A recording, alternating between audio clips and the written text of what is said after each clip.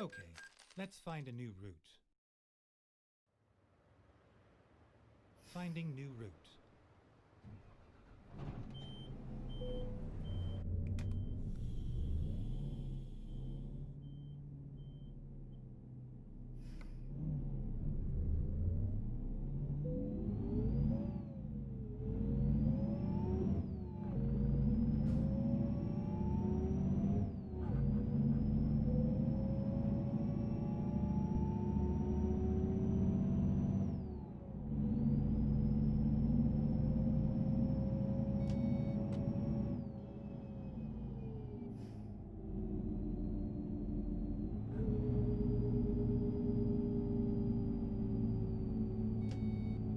At the roundabout, take the second exit.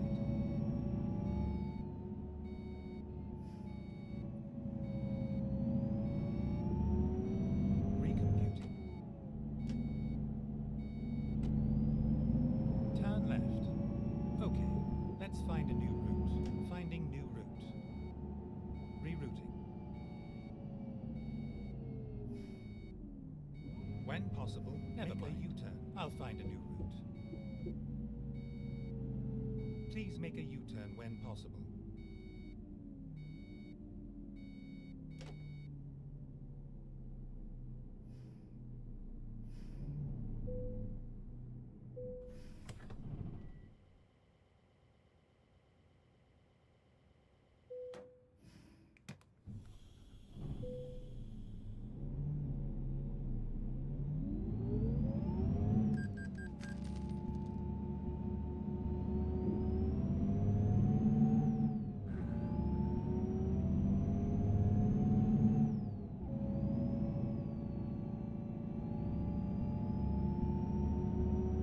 At the roundabout, take the first exit.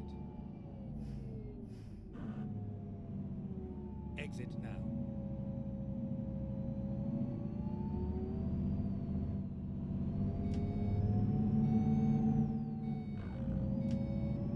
Recomputing. Turn left.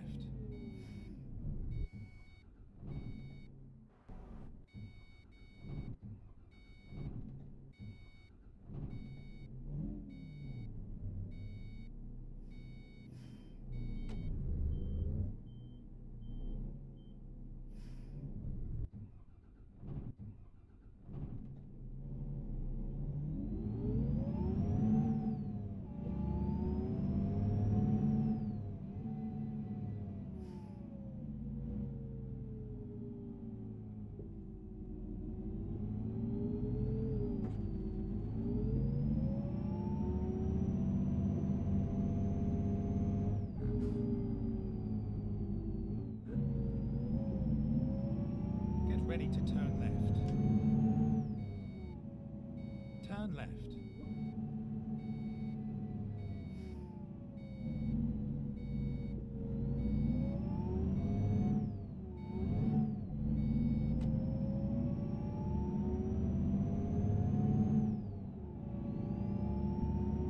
Go straight on. Get ready to turn right.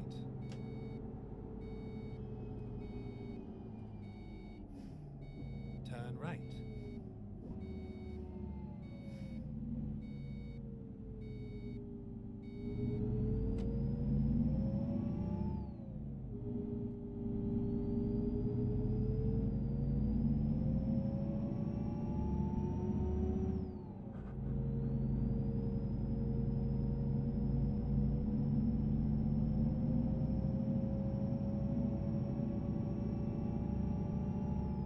Get ready to turn left.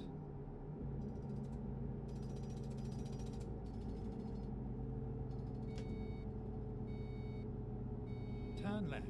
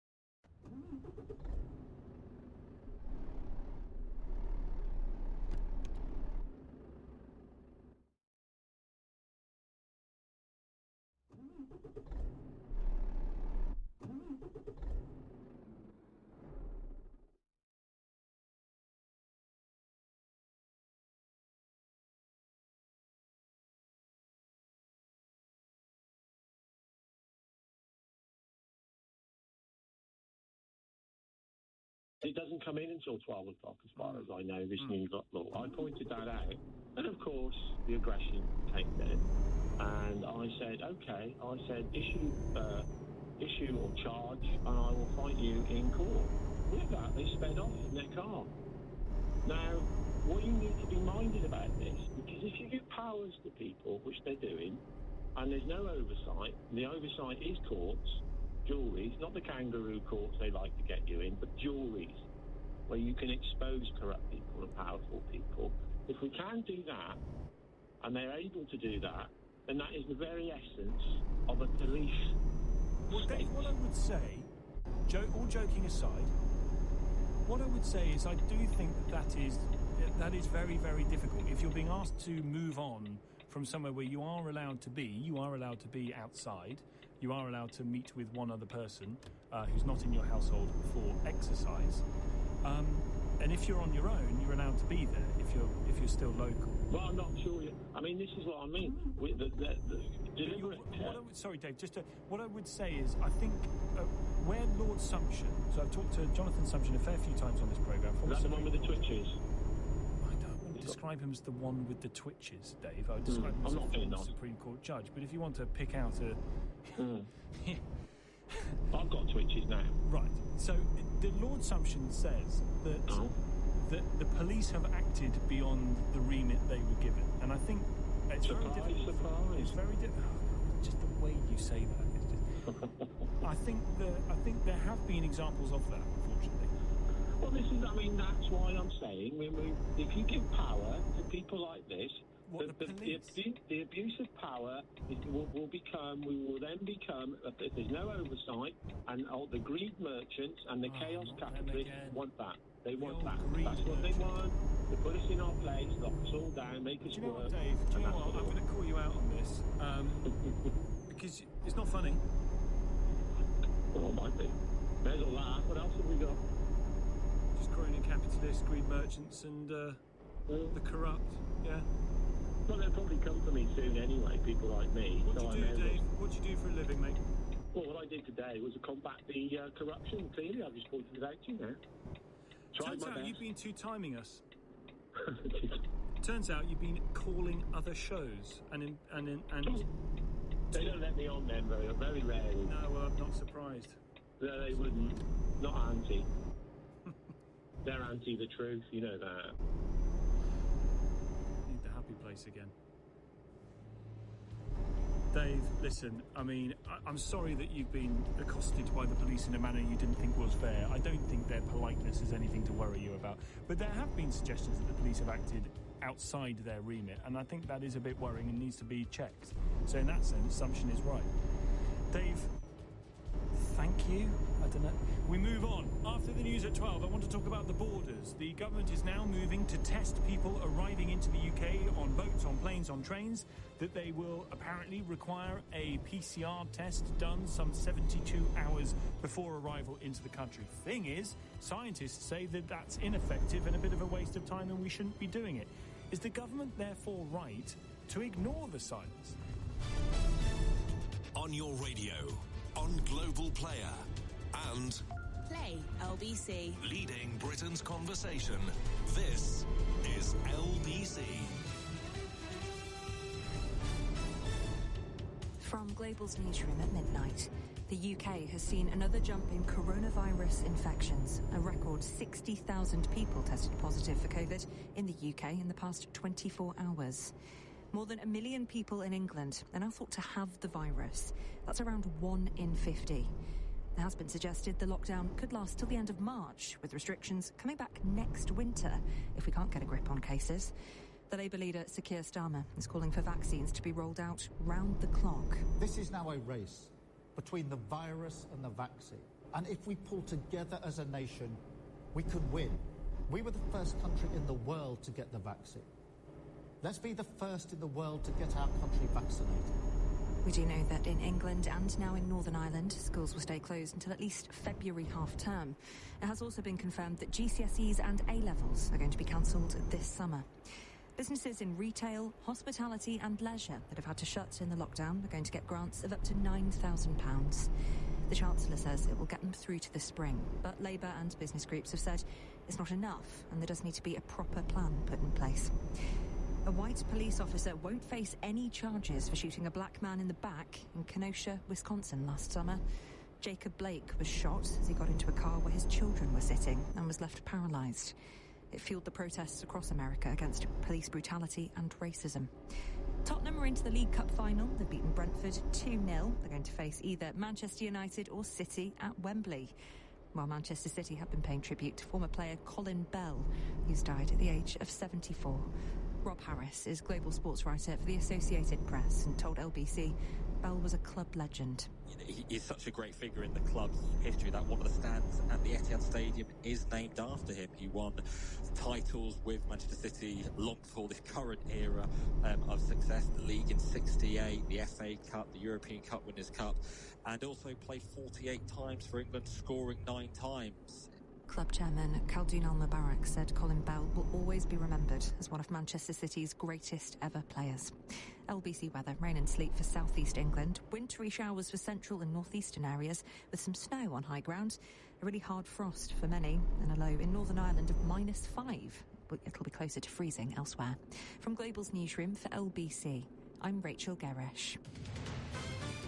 This is LBC from Global, leading Britain's conversation with Tom Swarbrick.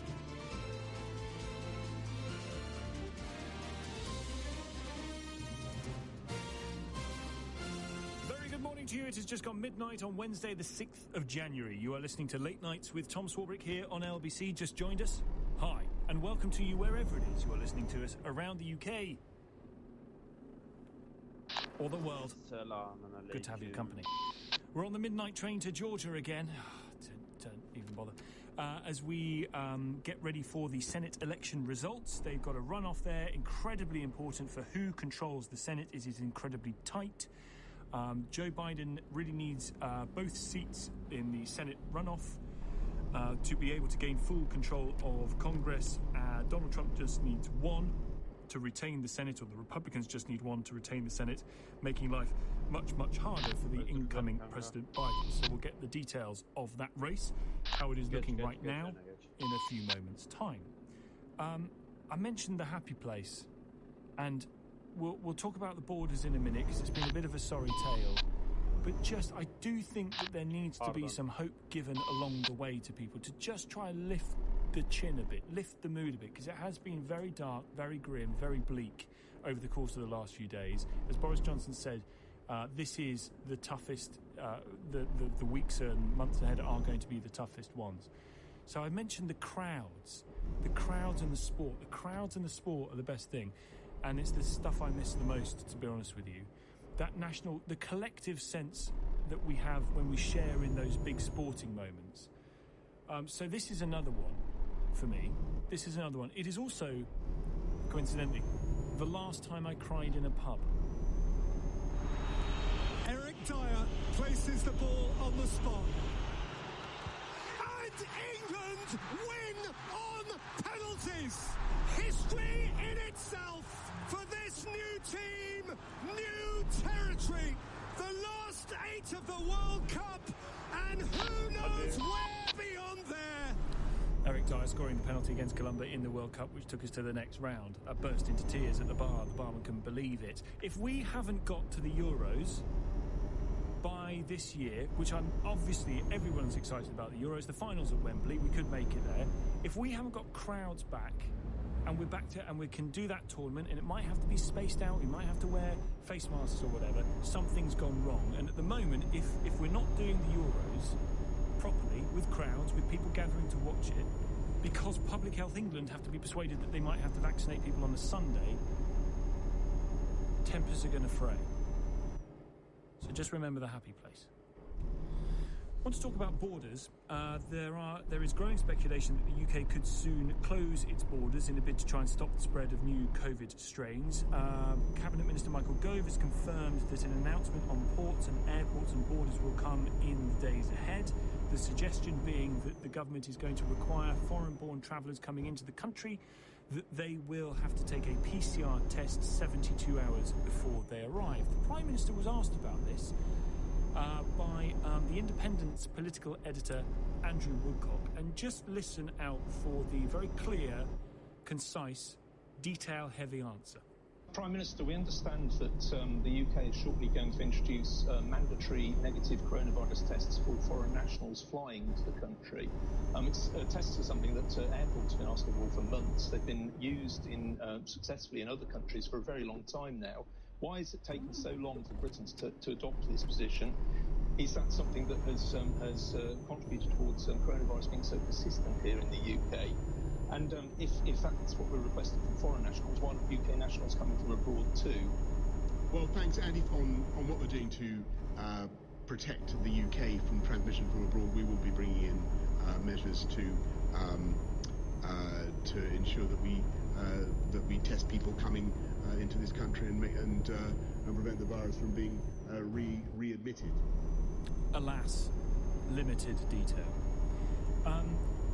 There has been a lot of discussion about measures at the borders. We sat here back in March, early March, looking at the planes that were currently taking off and landing from Wuhan to Heathrow, wondering whether it really was a good idea from the epicenter of an unknown virus to have them landing in this country. You've seen the measures that are taken in other countries around the world, whether it's Israel or Hong Kong or Sri Lanka, wherever it is, there are much stricter controls on the borders. By the way, if you have come into this country and landed at Heathrow or Gatwick or Stansted, or if you come in via the Eurostar, what has it been like? I imagine very, very limited in terms of what it is people are doing to stop you. And that is partly because the scientists have said, since January last year, when they first looked at this, that the methods that the government are looking to deploy apparently in the next few days are ineffective. And I have spoken to you before about a meeting of NERVTAG, the new and emerging respiratory virus threats advisory group, I think so, that met almost literally this time last year and noted that the 5 cases that had been found outside of China of this previously unknown virus, 4 of them had been detected by airport screening. And yet the scientists then said it would be ineffective and a bit of a waste of time to try and do airport screening in this country. It wouldn't really work. There was no real point to it. And they said it would create stigma. That is still the view of some of those scientists who sit on NERVTAG. I asked one of them a few weeks ago, Dr. Ben Killingley, who said it was still their view that actually it was an ineffective way of doing this. So if the scientists are pretty clear that this isn't going to work, that it doesn't really do the job, do you think the government is still right to go ahead with it? Because from a common sense point of view, it makes complete sense, doesn't it, to test people coming in. 0345 606 0973. So whether you think it is